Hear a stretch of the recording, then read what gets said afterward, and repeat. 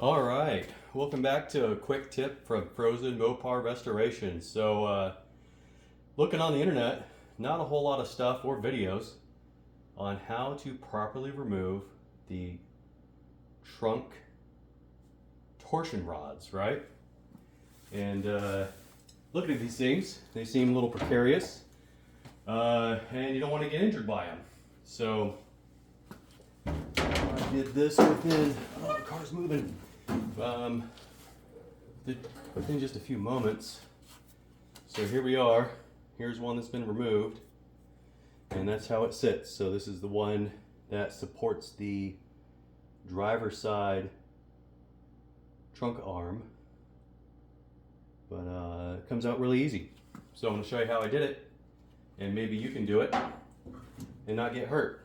And I think the same way going back in to make it super easy.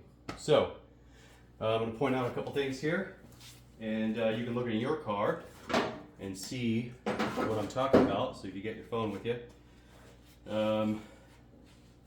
so up in here, so I'm working on a '69 Dart. I'd imagine all A, B, C, E, F, G, whatever a body you're working on, gonna be similar, right? So the torsion rod for the passenger side trunk lid arm has 3 slots that you can possibly put it on, and just based on what you got on the trunk. So maybe a wing or something like that. I'd imagine all A bodies are the same because my Duster looks identical.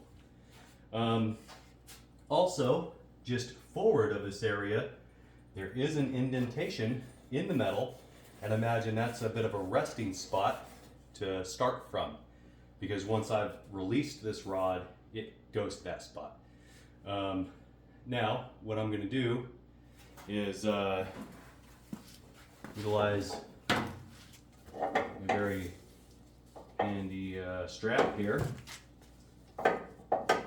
Get it connected onto the torsion rod. Going to pull this tight a little bit. Connect it to the trunk latch, and I'm just going to pull it tight, just enough to get all that slack out, and I'm going to give this just one good click there, so it's still, maybe 2. So there's some tension, I can't just pull it straight off, and that's going to hold the torsion rod in place. Now I'm going to grab my handy big block, what do I got here? Guesses in the comments? You got it. It's a it's a rocker valve rod. So anyway, it's late, it's midnight, give me a break. All right, I'm gonna put it up in there, right up underneath the torsion rod, and I'm going to lift up, and it's going to move forward. Now, if my calculations are correct, it's not going to just fling up in there, and it's going to release. So, there we go. Just released. No big deal. You can't just reach up in there and grab it, because you are going to lose some fingers, you're going to get hurt. But as you saw, it immediately released. This comes loose, and the only thing it's riding on is a pin, and it has a little retaining circle clip that's identical to the clips that hold the hood hinges on. But as you can see, I can release this.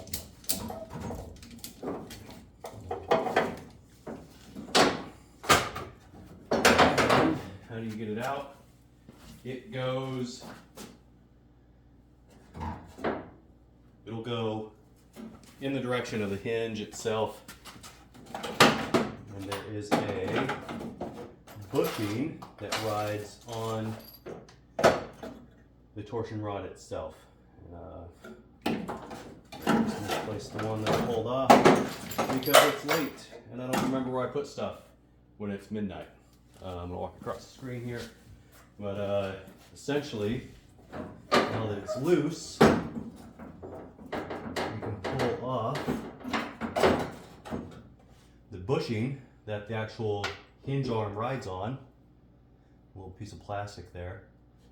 And now the torsion rod itself has an area that it rides on. And we just car's moving. I've got it on my dollies, and it seems as though every time I lean on it, the car goes for a ride. And then I'm surprised because I didn't just do that 5 minutes ago.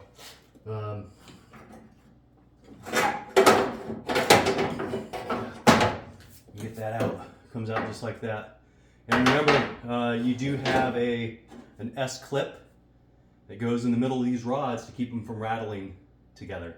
But as you can see, super easy. And in reverse fashion, I'm going to do the same. So I will get this, I will get it in position. This area will rest in the loose position.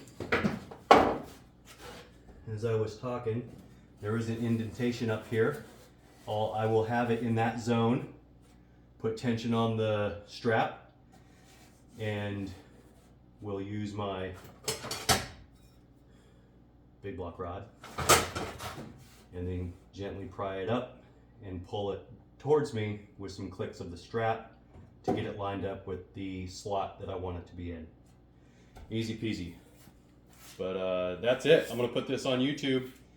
And as I keep saying, keep wrenching to keep them running. See you next time.